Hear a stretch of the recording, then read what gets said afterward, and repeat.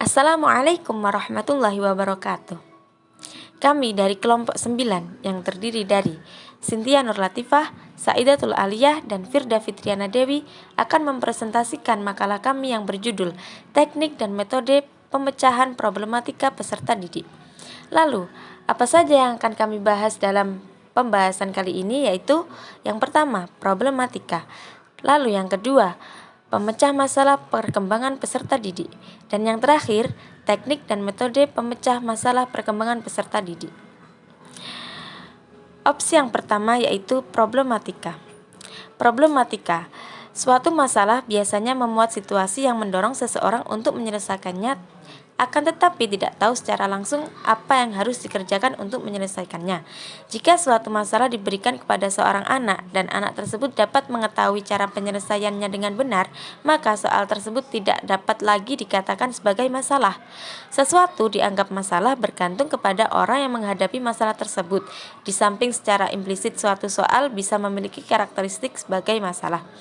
Morrison mengatakan bahwa seseorang dianggap memiliki yang menghadapi masalah bila menghadapi 4 kondisi berikut ini, yaitu yang pertama, memahami dengan jelas kondisi atau situasi yang terjadi. Yang kedua, memahami dengan jelas tujuan yang diharapkan. Yang ketiga, memahami sekumpulan sumber daya yang dapat dimanfaatkan untuk mengatasi situasi yang terjadi sesuai tujuan yang diinginkan. Dan yang terakhir, memiliki kemampuan untuk menggunakan berbagai sumber daya untuk mencapai tujuan. Selanjutnya yaitu pemecahan masalah perkembangan peserta didik. Menurut Gus, seseorang dianggap sebagai pemecah masalah yang baik jika ia mampu memperlihatkan kemampuan memecahkan masalah yang dihadapi dengan memilih dan menggunakan berbagai alternatif strategi sehingga mampu mengatasi masalah tersebut. Menurutnya, cara berpikir secara matematis yang efektif dalam memecahkan masalah meliputi tidak saja aktivitas kognitif, seperti menyajikan dan menyelesaikan tugas serta menerapkan strategi untuk menemukan solusi, tetapi juga meliputi pengamatan metakognisi yang digunakan untuk mengatur berbagai aktivitas, serta untuk membuat keputusan sesuai dengan kemampuan kognitif yang dimiliki. Menurut Kolya, seperti yang dikutip oleh Morrison dari bukunya yang berjudul The Goals of Mathematical Education, memahami matematika berarti mampu untuk bekerja secara matematik. Dan bagaimana kita bisa bekerja secara matematik? Yang paling utama adalah dapat menyelesaikan masalah-masalah matematika. Lebih dari itu, berkenaan dengan pembicaraan tentang berbagai cara untuk menyelesaikan masalah harus memiliki sikap yang baik dalam menghadapi masalah dan mampu mengatasi berbagai jenis masalah, tidak hanya masalah yang sederhana yang bisa diselesaikan hanya dengan keterampilan setingkat sekolah dasar, tetapi dapat menyelesaikan masalah yang lebih kompleks pada bidang teknik, fisika, dan sebagainya. Sedangkan menurut Schoenfeld, terdapat 5 tahapan dalam pemecahan masalah, yaitu reading, analysis, exploration, implementation, dan verification. Sedangkan menurut Art dan Armour Thomas mengembangkan langkah-langkah pemecahan masalah dari Schoenfeld tadi, yaitu menjadi reading, understanding, analysis, exploration, planning, implementation, dan verification. Langkah-langkah penyelesaian masalah tersebut sebenarnya merupakan pengembangan dari 4 langkah Kolya. Sementara itu, Krulik dan Rudnick mengenalkan 5 tahapan pemecahan masalah yang mereka sebut sebagai heuristik. Heuristik adalah langkah-langkah dalam penyelesaian sesuatu tanpa harus berurutan. Dalam bukunya Teaching Reasoning and Problem Solving in Elementary School, mereka mengkhususkan langkah ini dapat diajarkan di sekolah dasar. 5 langkah tersebut adalah 1.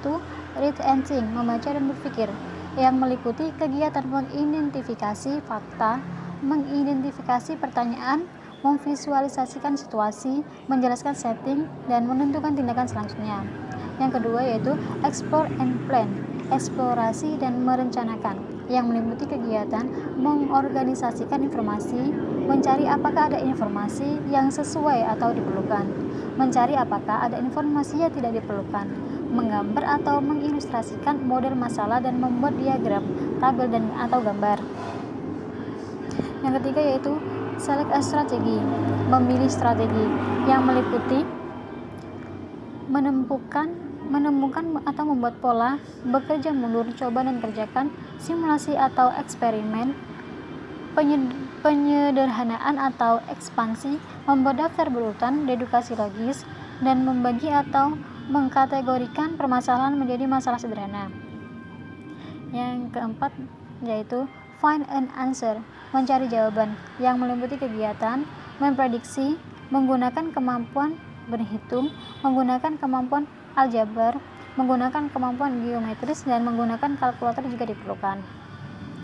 Yang terakhir yaitu reflect and extend, refleksi dan mengembangkan, yaitu memeriksa kembali jawaban, menentukan solusi alternatif, mengembangkan jawaban pada situasi lain, mengembangkan jawaban, generalisasi atau konseptualisasi, mendiskusikan jawaban, dan menciptakan variasi masalah dari masalah yang asal. Baik, selanjutnya saya akan menjelaskan mengenai teknik dan metode pemecah masalah perkembangan peserta didik. Menurut Sanjaya dalam bukunya pada tahun 2006, membedakan antara mengajar memecahkan masalah dengan pemecahan masalah sebagai suatu strategi pembelajaran.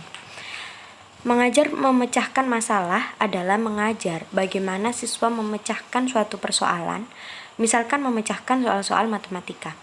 Sedangkan strategi pembelajaran pemecahan masalah adalah teknik untuk membantu siswa agar memahami dan menguasai materi pembelajaran dengan menggunakan strategi pemecahan masalah.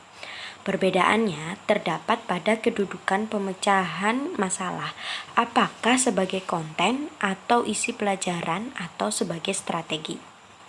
Sedangkan menurut Reis dan kawan-kawan pada bukunya di tahun 1989, agar mengajar pemecahan masalah lebih efektif, maka guru perlu memahami faktor-faktornya, antara lain sebagai berikut, yakni waktu, perencanaan, sumber belajar media, teknologi, serta pengelolaan kelas.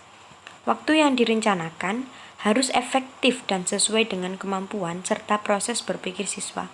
Sebaiknya guru mampu memperkirakan waktu yang diperlukan oleh siswa dalam menyelesaikan suatu soal maupun beberapa soal. Adapun berikut ini adalah beberapa hasil penelitian tersebut yang dirangkum dalam Reis et al. Dalam bukunya pada 1989, yakni yang pertama, strategi pemecahan masalah secara khusus harus diajarkan sampai siswa dapat memecahkan masalah dengan benar. Yang kedua, tidak ada strategi yang optimal untuk memecahkan seluruh masalah atau soal. Beberapa strategi sering digunakan daripada yang lainnya dalam setiap tahapan pemecahan masalah. Yang ketiga, guru harus mengajarkan berbagai strategi kepada siswa untuk dapat menyelesaikan berbagai bentuk masalah. Siswa harus dilatih menggunakan suatu strategi untuk berbagai jenis soal atau menggunakan beberapa strategi untuk suatu soal. Kemudian yang keempat, siswa perlu dihadapkan pada masalah dengan cara pemecahan yang belum dikuasainya atau mereka belum terbiasa, dan mereka harus didorong untuk mencoba berbagai alternatif pendekatan pemecahan. Dan yang terakhir, presentasi atau kemampuan siswa dalam memecahkan masalah berhubungan dengan tahap perkembangan siswa. Oleh karena itu, tingkat kesukaran masalah yang diberikan harus sesuai atau patut dengan siswa. Baiklah teman-teman, demikianlah presentasi dari kelompok kami. Terima kasih atas perhatiannya dan mohon maaf atas kekurangannya. Apabila ada pertanyaan, silakan ditanyakan di grup WhatsApp. Kami akhiri, wassalamualaikum warahmatullahi wabarakatuh.